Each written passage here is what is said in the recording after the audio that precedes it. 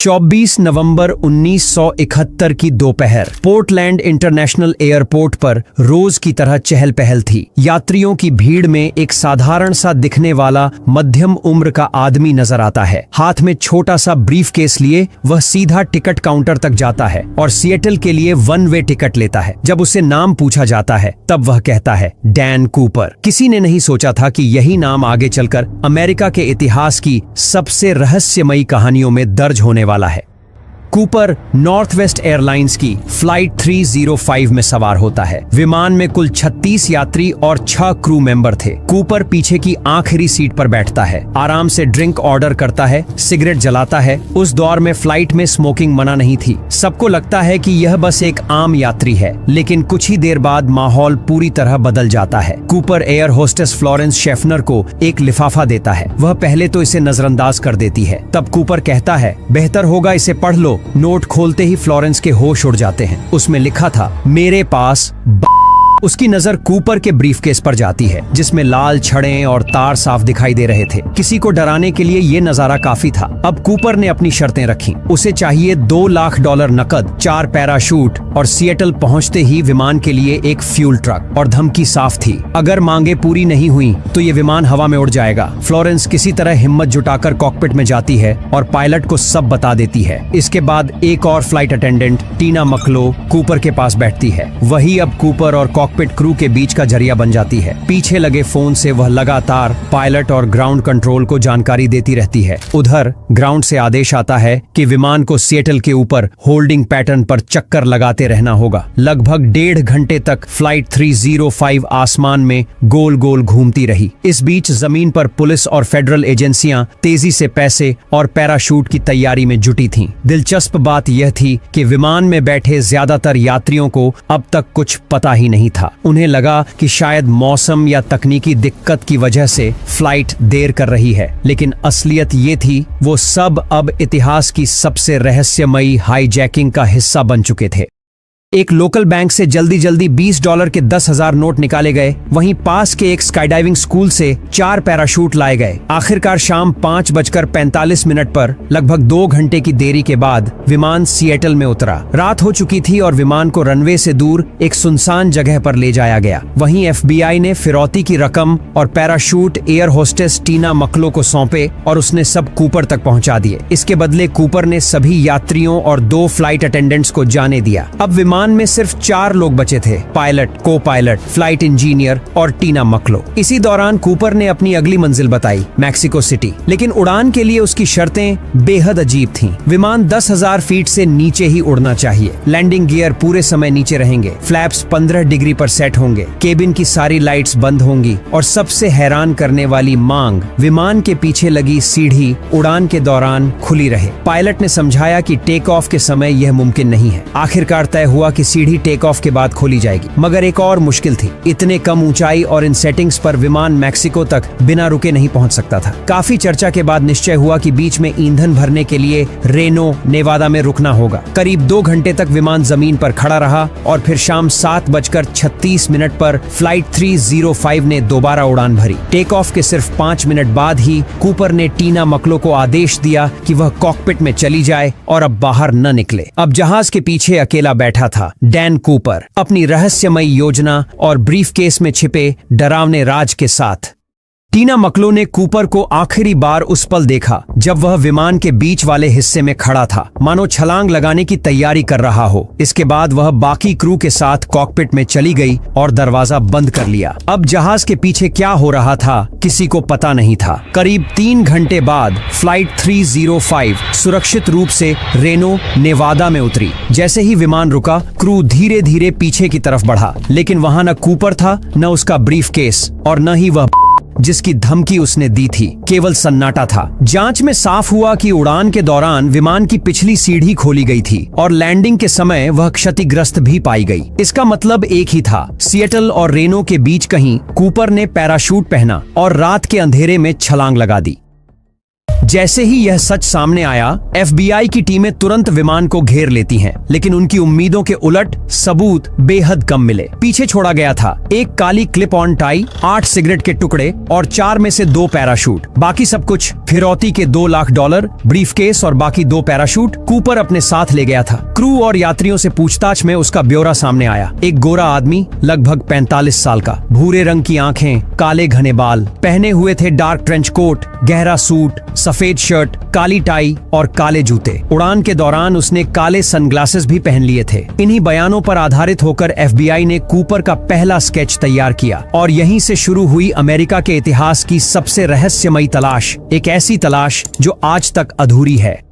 FBI के सामने सबसे बड़ा रहस्य यही था, आखिर कूपर ने विमान से छलांग कब लगाई। सुनने में भले ही ये सवाल आसान लगे, लेकिन असल में इतना सीधा नहीं था। न तो किसी क्रू मेंबर ने उसे कूदते देखा और न ही उन फाइटर जेट्स के पायलटों ने जो पूरे रास्ते विमान के साथ उड़ रहे थे। इसकी वजह भी साफ थी, पूरा सफर घने अंधेरे और खराब मौसम में हो रहा था, लेकिन क्रू ने एक छोटा सा सुराग जरूर पकड़ा। रात के करीब 8:05 पर इंटरकॉम से कूपर से आखिरी बार बात हुई। जब उससे पूछा गया क्या तुम्हें किसी मदद की जरूरत है, तो उसका ठंडा और छोटा सा जवाब था नहीं। और इसके सिर्फ 10 मिनट बाद विमान में अचानक हल्की सी हलचल हुई, जैसे पीछे से कोई भारी चीज गिर गई हो। तभी सबको शक हुआ कि कूपर छलांग लगा चुका है। बाद में जब इस पल को दोबारा रिक्रिएट किया गया तो शक और भी पक्का हो गया। सबूत यही कह रहे थे कि हाँ, उसी वक्त उसने प्लेन से छलांग लगाई थी। यानी अब रहस्य का पहला हिस्सा साफ हो गया, कूपर ने कब छलांग लगाई। लेकिन अगला सवाल और भी मुश्किल था, आखिर उसने कहाँ छलांग लगाई।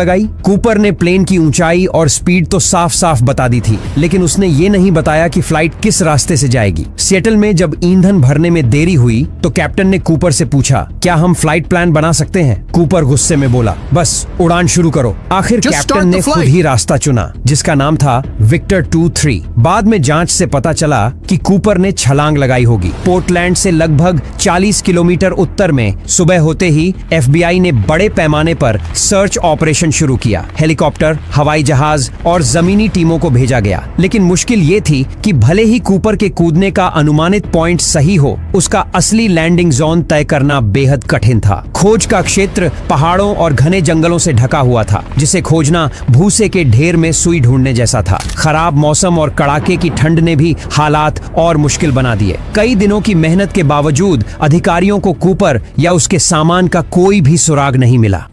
दोस्तों, वीडियो में आगे बढ़ने से पहले एक छोटी सी बात, अगर आपको यह वीडियो थोड़ा सा भी अच्छा लग रहा है तो कृपया लाइक जरूर कीजिए और अक्रॉस एयर चैनल को सब्सक्राइब कर लीजिए। और अब आते हैं उस पल पर जहां सब कुछ बदलने वाला था।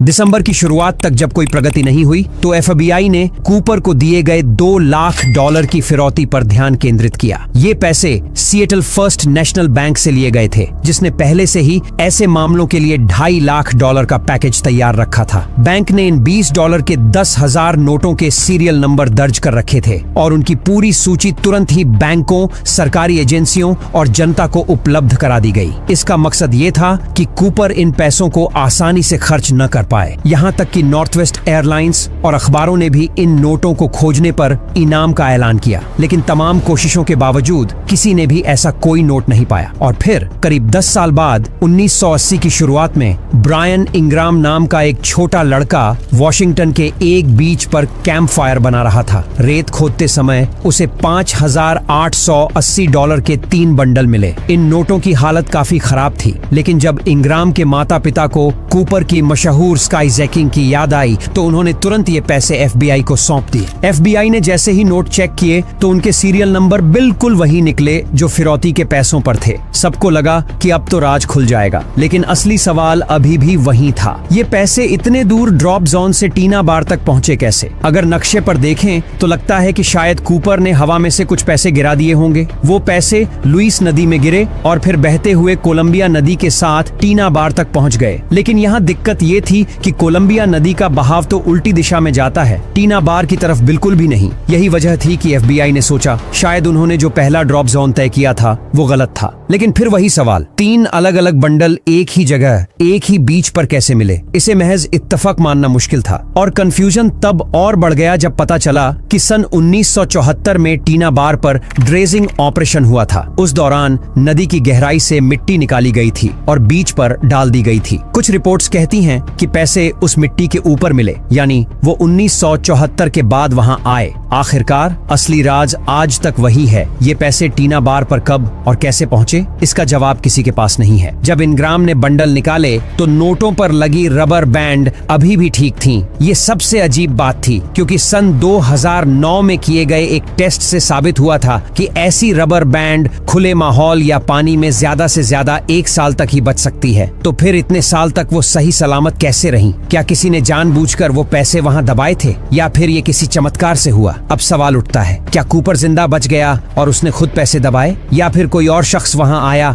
और कूपर के सामान या उसकी लाश के पास से पैसे पाकर उन्हें गाड़ गया? अगर ये काम इंसान ने नहीं किया तो फिर इतने सालों की जांच के बाद भी कोई पक्का जवाब क्यों नहीं मिला? ये सचमुच रहस्य के अंदर एक और रहस्य बन गया। सन 1980 में इनग्राम की खोज के बाद FBI और कई टीमों ने टीना बार और वाशुगल नदी के इलाके को बार बार खंगाला, लेकिन न तो कूपर का कोई निशान मिला और न ही बाकी के पैसे।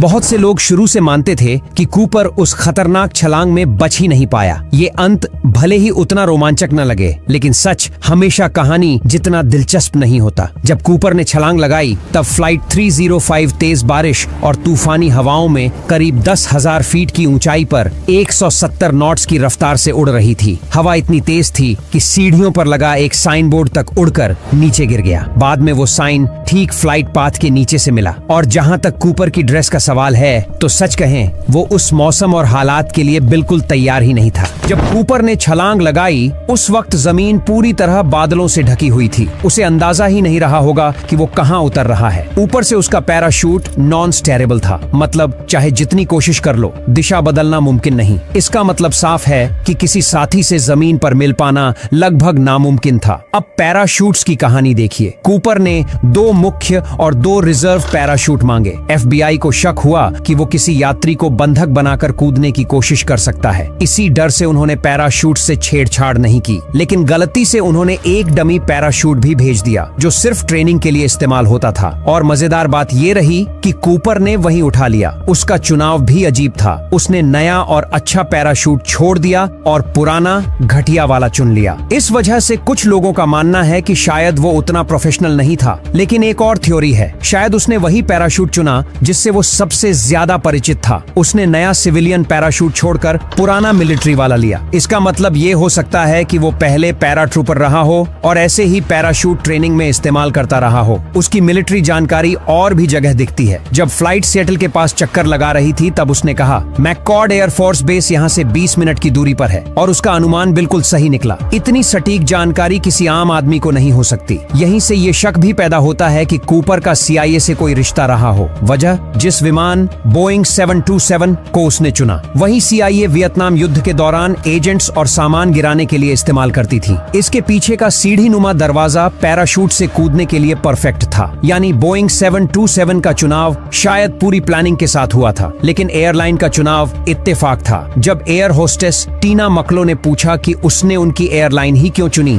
तो कूपर मुस्कुराकर बोला, ये इसलिए नहीं कि मुझे आपकी एयरलाइन से कोई शिकायत है, बल्कि इसलिए कि मुझे शिकायत है। उसने आगे कहा कि फ्लाइट 305 सही समय पर सही जगह पर थी, लेकिन सारी चालाकियों के बावजूद उसके प्लान में बड़ी खामियां थीं। जैसे उसने सही गियर जैसे बूट्स या हेलमेट तक नहीं मांगे। फिरौती भी उसने $20 वाले छोटे नोटों में ली। अब अगर वही रकम $100 के बड़े नोटों में होती तो बंडल छोटा और हल्का रहता, जिसे ले जाना आसान था। लेकिन छोटे नोटों की वजह से वही रकम मोटी गड्ढियों में बदल गई और बोझ और बढ़ गया। अब सोचिए, नवंबर की ठंडी रात, बर्फ से ढका जंगल और सिर्फ पैंट और शर्ट पहनकर कूदना, ये किसी सोची समझी योजना से ज्यादा बस भाग्य पर छोड़ी गई छलांग लगती है। हैरानी की बात यह है कि इतनी जांच पड़ताल और सारी खामियों के बावजूद कभी कोई ऐसा गुमशुदा शख्स सामने नहीं आया जो कूपर के हुलिये से मेल खाता हो। तो क्या सचमुच वो बच निकला और फिर चुपचाप अपनी जिंदगी में लौट गया? इतिहास में और भी कई हाईजैकर्स ने ऐसे कारनामे किए हैं और उनमें से कई जिंदा भी बचे, भले बाद में पकड़े गए हों। और आखिर में शायद सबसे सरल जवाब यही है कि टीना बार पर मिले नोटों के बंडल वहां हवा या पानी से नहीं पहुंचे, बल्कि किसी ने जानबूझकर वहां रखे। यहीं से सच और शक के बीच की लकीर मिटने लगती है, क्योंकि अभी तक कोई ठोस सबूत नहीं मिला है कि कूपर की मौत हुई थी। इसीलिए ये संभावना और भी मजबूत हो जाती है कि शायद वह सच में बच निकला।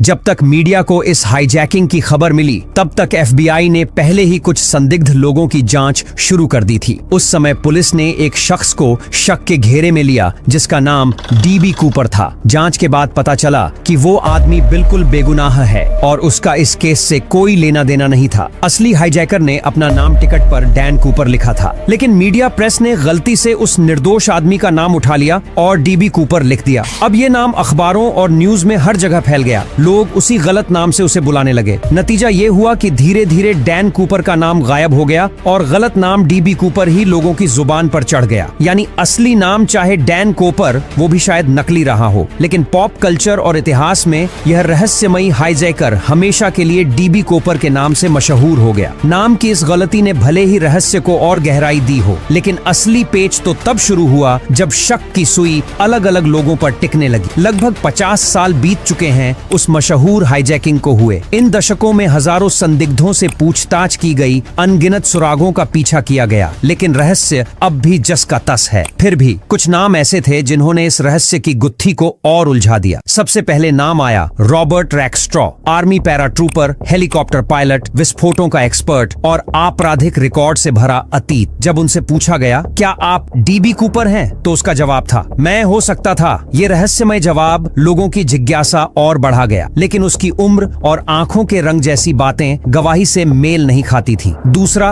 बड़ा नाम आया केनेथ क्रिश्चियनसन का। वर्ल्ड वॉर में पैराट्रूपर, एयरलाइन में मैकेनिक और फ्लाइट अटेंडेंट, उसे जहाज की पूरी जानकारी थी। गवाहों के अनुसार कूपर भी लेफ्ट हैंडेड था। उसने ब्रीफकेस हमेशा बाएं हाथ से थामा था और उसकी टाई पर लगा क्लिप भी बाईं ओर से लगाया गया था। लेकिन सबसे रहस्यमय बात उसकी मौत से जुड़ी थी। 1994 में अपनी अंतिम सांसें लेने से पहले उन्होंने अपने भाई से कहा था, तुम्हें कुछ जानना चाहिए, लेकिन मैं नहीं बता सकता। ये वाक्य रहस्य को और गहरा कर गया, जैसे मानो सच उनके होठों तक आया और फिर हमेशा के लिए दफन हो गया।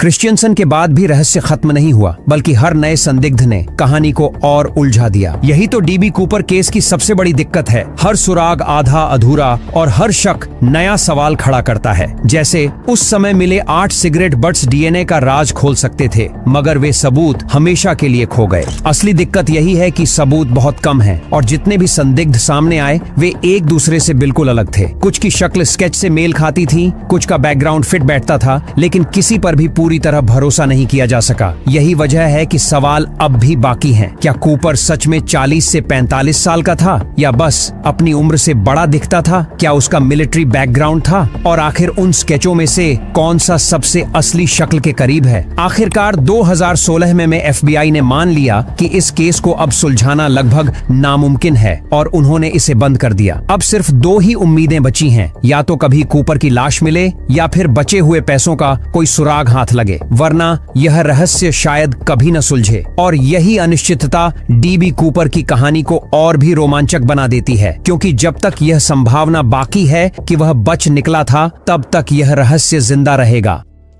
अगर यह घटना आपको सोचने पर मजबूर कर गई, तो अगला वीडियो जरूर देखिए, जब एमिरेट्स फ्लाइट 407 मौत के बिल्कुल करीब पहुंच गई। पूरा वीडियो देखने के लिए यहाँ क्लिक करें और मैं आपसे 1 सेकंड बाद वहीं मिलूंगा।